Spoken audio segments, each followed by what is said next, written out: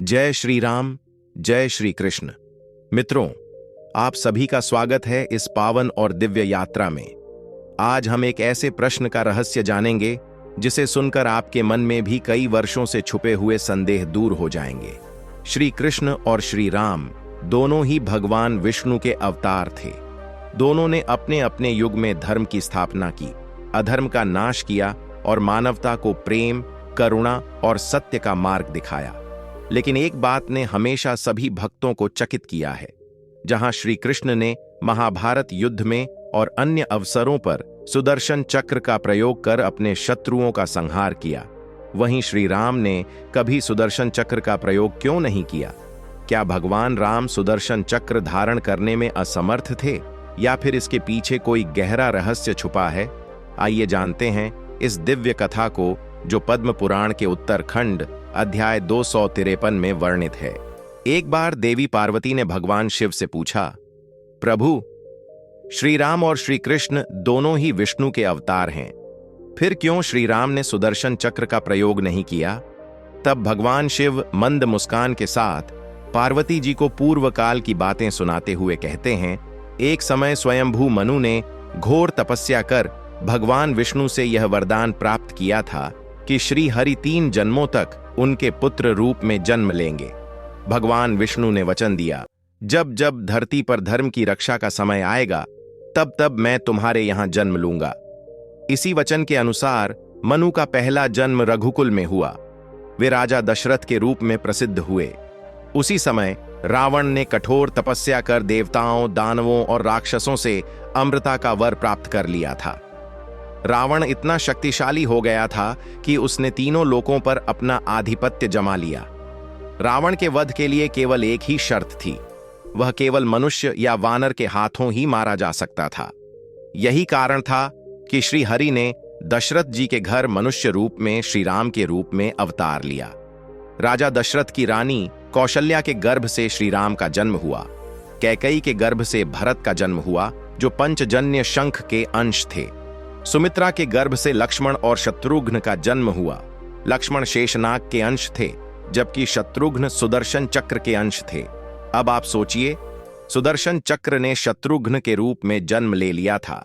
इसीलिए श्री राम के पास सुदर्शन चक्र धारण करने का विकल्प ही नहीं था। वाल्मीकि रामायण के बालकांड अध्याय 21 में वर्णित है कि महर्षि विश्वामित्र ने श्री राम को अनेक दिव्य अस्त्र प्रदान किए थे।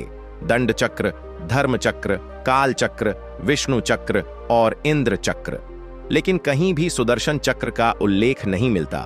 कई विद्वान विष्णु चक्र और सुदर्शन चक्र को एक मानते हैं, परंतु ऐसा नहीं है।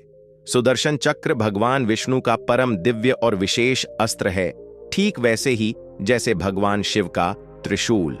महाभारत के भीष्म पर्व अध्याय 35 में जब श्री कृष्ण ने अर्जुन को अपना विराट रूप दिखाया, तब श्री कृष्ण ने कहा, हे अर्जुन, मैंने अपनी योग माया से यह विराट रूप दिखाया है, जिसे देखने का सौभाग्य पहले किसी को प्राप्त नहीं हुआ। अब तू निर्भय होकर मेरे चतुर्भुज रूप को देख। उस समय श्री कृष्ण ने संघ, चक्र, गदा और पद्म धारण किए थे।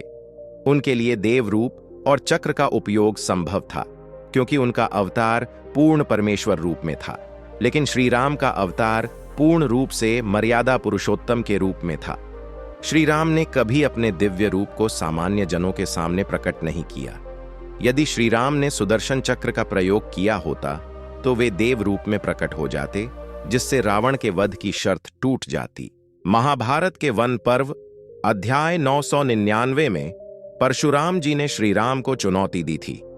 तब श्री राम ने परशुराम जी को अपनी दिव्य शक्ति का अनुभव करवाया।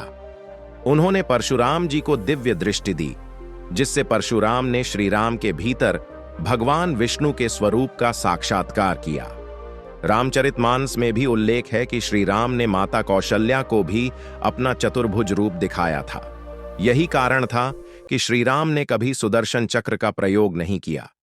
श्री राम और श्री कृष्ण दोनों ही समान रूप से अद्भुत, सर्वशक्तिमान और सर्वव्यापक थे, परंतु उनके अवतारों का उद्देश्य अलग अलग था। श्री राम ने मर्यादा, धैर्य और धर्म का पाठ सिखाया, तो श्री कृष्ण ने प्रेम, नीति और योग का ज्ञान दिया। दोनों ने एक ही ईश्वर के विभिन्न स्वरूपों को दिखाया। जहां श्री कृष्ण ने कई बार अपना विराट रूप दिखाकर यह सिद्ध किया कि वे परब्रह्म हैं, वहीं श्री राम ने स्वयं को मर्यादा में बांधकर जीवन जीने की कला सिखाई। दोनों ही अवतार मनुष्य के लिए आदर्श और प्रेरणा स्रोत हैं। उनकी लीलाएं और उपदेश हमें आज भी जीवन में सही दिशा दिखाते हैं।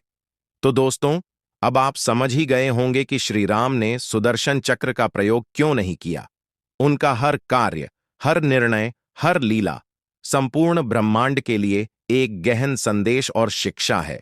अगर आपको यह दिव्य जानकारी पसंद आई हो तो इस वीडियो को लाइक करें और हाँ, बेल आइकन जरूर दबाएं ताकि हमारी अगली आध्यात्मिक और प्रेरणादायक वीडियो सबसे पहले आप तक पहुंचे। जय श्री राम, जय श्री कृष्ण, हरि ओम। मित्रों, आप सभी जानते हैं कि श्री राम को मर्यादा पुरुषोत्तम कहा जाता है। उनका पूरा जीवन हमें यही सिखाता है कि चाहे परिस्थितियां कितनी भी कठिन क्यों ना हो, हमें अपने धर्म और कर्तव्यों का पालन करते हुए मर्यादा में रहना चाहिए। जब हम श्री कृष्ण के जीवन की ओर देखते हैं तो वे हमें योगेश्वर के रूप में दिखाई देते हैं। उन्होंने गीता में अर्जुन को कर्म का रहस्य बताया, कर्मण्येवाधिकारस्ते मां फलेषु कदाचन मां कर्म फलहेतुर्भुर्मा ते संगोस्त्व कर्मणि, अर्थात तुम्हारा अधिकार केवल कर्म करने में है, फल में नहीं। श्री कृष्ण ने सुदर्शन चक्र का प्रयोग महाभारत युद्ध में कई बार किया। उन्होंने भीष्म पितामह पर सुदर्शन चक्र उठाया जब भीष्म ने प्रतिज्ञा ली कि वे अर्जुन को मारकर ही रहेंगे। श्री कृष्ण ने कहा था, यदि मेरे भक्त पर संकट आएगा तो मैं अपने सभी शस्त्र छोड़कर भी उसकी रक्षा करूंगा। यह उनका परम भक्त वत्सल भाव था। वहीं दूसरी ओर श्री राम ने कभी ऐसा कोई शस्त्र अपने भक्तों की रक्षा के लिए या युद्ध में प्रयोग नहीं किया जो उन्हें मर्यादा से बाहर ले जाए। उन्होंने वानरों की सेना बनाकर, पत्थरों पर नाम लिखकर पुल बनाया और रावण का वध किया। उन्होंने प्रत्येक कार्य में एक साधारण मनुष्य की तरह संघर्ष किया ताकि संसार को यह सिखा सकें कि केवल शक्ति ही नहीं बल्कि सहनशीलता, त्याग और मर्यादा ही सबसे बड़ी विजय के मार्ग हैं। रामायण में उल्लेख है कि युद्ध के समय श्री राम ने जब समुद्र देव से मार्ग देने की विनती की तो समुद्र देव ने कोई उत्तर नहीं दिया। तब श्री राम ने क्रोधित होकर बाण उठाया और कहा, यदि समुद्र मार्ग नहीं देगा तो मैं उसे सुखा दूंगा। उस समय भी उन्होंने किसी दिव्य चक्र का सहारा नहीं लिया बल्कि अपने धनुष बाण से ही कार्य किया। यही दर्शाता है कि वे अपनी मर्यादा में बंधे हुए थे। श्री कृष्ण ने गीता में कहा था, यदा यदा ही धर्मस्य ग्लानिर्भवति भारत अभ्युत्थानम धर्मस्य तदात्मानं सृजाम्यहम्। जब जब धर्म की हानि और अधर्म की वृद्धि होती है तब तब मैं अपने रूप को प्रकट करता हूं। दोनों ही अवतारों में यही उद्देश्य था, धर्म की स्थापना और अधर्म का नाश। बस मार्ग अलग थे। श्री राम का जीवन हमें त्याग और संयम का आदर्श देता है, जबकि श्री कृष्ण का जीवन हमें नीति, कूटनीति, प्रेम और भक्ति का पाठ पढ़ाता है। श्री राम ने कभी अपने आप को भगवान के रूप में प्रकट नहीं किया। उन्होंने सदैव स्वयं को दशरथ पुत्र राम के रूप में ही प्रस्तुत किया। उनकी यही लीला हमें सिखाती है कि सच्चा बल दिखावे में नहीं बल्कि आंतरिक शांति और धैर्य में होता है। जब परशुराम जी ने उन्हें चुनौती दी तब भी श्री राम ने बड़े धैर्य और विनम्रता से बात की। केवल जब आवश्यकता पड़ी तभी उन्होंने अपने दिव्य स्वरूप का दर्शन कराया। उन्होंने परशुराम जी से कहा, हे भृगुनंदन, आप व्यर्थ में मुझ पर क्रोध कर रहे हैं। मैं आपकी मर्यादा का पालन कर रहा हूं, परंतु यदि आप चाहें तो मैं अपने वास्तविक स्वरूप का दर्शन करा सकता हूं। तब परशुराम जी को उनके विष्णु रूप के दर्शन हुए और वे नतमस्तक हो गए। यह दृश्य हमें यह सिखाता है कि विनम्रता में भी अद्भुत शक्ति होती है। सच्चा योद्धा वही है जो अपनी शक्ति को नियंत्रण में रखे और केवल धर्म की रक्षा के लिए ही उसका उपयोग करे।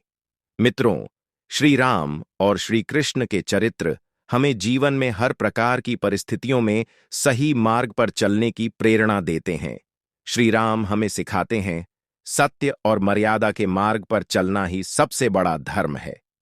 श्री कृष्ण हमें सिखाते हैं, जीवन में सामंजस्य, प्रेम और नीति का पालन करो, जब हम अपने जीवन में समस्याओं से घिर जाते हैं, तब हमें श्री राम की तरह धैर्य रखना चाहिए और श्री कृष्ण की तरह समाधान खोजने का साहस भी। दोनों ही अवतार हमें यह दिखाते हैं कि चाहे मार्ग कोई भी हो, लक्ष्य एक ही है, धर्म की रक्षा और आत्मा की शुद्धि। तो मित्रों, अब आप भलीभांति जान गए होंगे कि श्री राम ने सुदर्शन चक्र का प्रयोग क्यों नहीं किया। यह कोई कमजोरी नहीं थी, बल्कि एक दिव्य लीला थी जो संसार को एक महान संदेश देने के लिए रची गई थी। यदि आपको यह दिव्य और गूढ़ ज्ञान पसंद आया हो, तो इस वीडियो को लाइक करें, अपने मित्रों और परिवार के साथ शेयर करें और हमारे चैनल भक्तिमन को सब्सक्राइब करना न भूलें। बेल आइकन दबाएं ताकि अगली आध्यात्मिक और जीवन बदल देने वाली कहानियां सबसे पहले आप तक पहुंचें। आप सभी पर भगवान श्री राम और श्री कृष्ण की कृपा सदा बनी रहे। जय श्री राम, जय श्री कृष्ण, जय सीताराम, हरि ओम।